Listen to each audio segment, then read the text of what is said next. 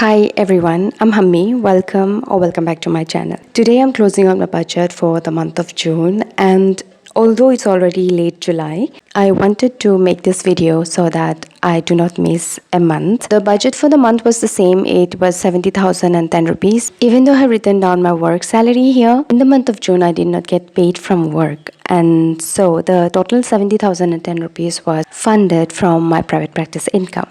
I divide my budget in 4 sections. One is my savings and investment. The other is my fixed costs and utilities. And then I have my sinking fund, and then I have my guilt-free spending. For my savings and investment, I always allocate 10%. My emergency fund gets 1,000 rupees, and that's what I had budgeted. For this year, the goal is to put away 12,000 rupees into my emergency fund. And so every month I allocate 1,000 rupees. For the month of June also, I did the same, so there was no difference. SIP 1 gets 1210, SIP 2 is 1100, and then the rest of the money out of the 7,000, that is 3,690, goes into my provident fund. So there was no difference in these categories. My life insurance, I budgeted 2460, and that's what I allocated. Siblings fund was 1,000 rupees, and that is what went into it. Room rent was 3,200. This is my share, and that was the actual spending. For my personal loan, it has an EMI of 15,000 rupees for every month, and that is what I put into it.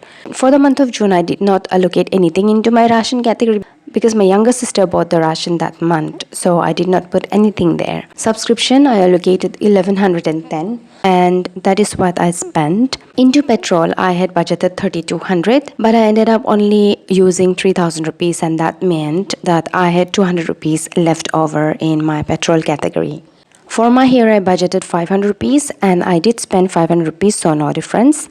For food and groceries, I budgeted 7,000 rupees, and this is what I always give myself every month. And in this category, I did spend a lot of money in the month of June. I actually spent a total of 9,210 rupees. And so I have a negative balance of 2,210 rupees. For my workwear, I budgeted 2,500, and that is what I put into my workwear category. My workwear category is a recurring category. I allocate whatever I can into my workwear. I try to put away 2,500 or 3,000 rupees into it every month, and then even if I don't spend the whole money, that stays in my workwear category, and then the next month, whatever I put will be added to that. So the budgeted amount was 35,970 rupees, which was 51% of the total amount. But the actual expense was 37,980, which is 54% of the budgeted amount. Now coming to my sinking fund, I gave myself 6,500. Out of the 6,500, health and medical, I budgeted 3,000, and that is what I put into my health and medical category. And in the month of June, I spent 40 rupees for an over-the-counter medicine, and so I had a balance of 2,960, which I carried over to the month of July. Into my car maintenance, I budgeted 1,500, and that is what I put into it. But I also had 3,710 rupees as rollover money when June started. So when I added the 1,500, I had a total of 5,210. In the month of June, I had to do my routine servicing. And then I also bought a wiper blade, and there was also a puncture that I had to repair. So all total, I spent 1,680 rupees. So when July came, I had 3,530 that I was carrying over into the new month.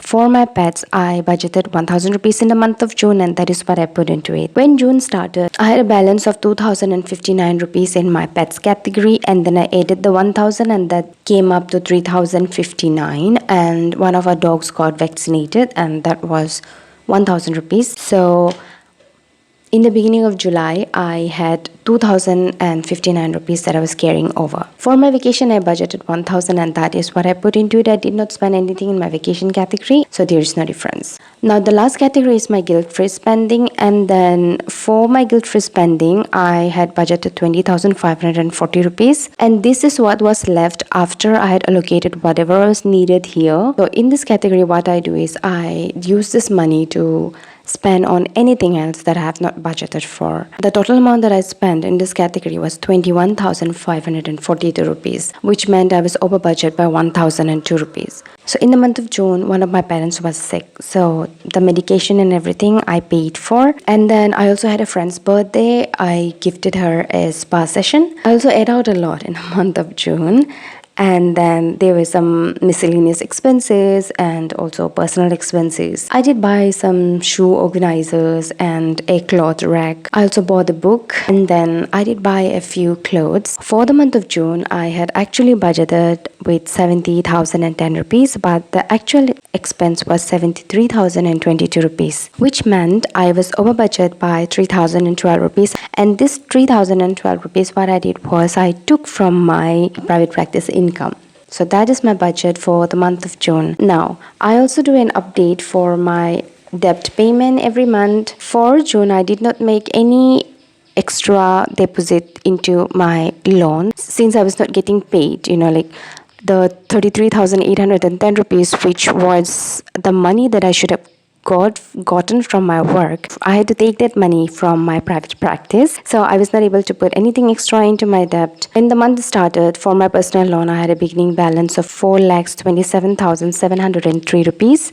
The monthly deposit 15,000. So by the end of June, the new balance was 4,16,710 rupees. The second is my LIC loan, and I had a balance of 71,200 rupees. The monthly deposit, I have decided to give 2,000 rupees into it every month, and the interest is 95, so I had to write that down as well. And the new balance is 69,200 rupees. So when June started, the total amount of debt I had was 4,98,903. The amount that I put into my loan was 17,095 rupees in the month of June.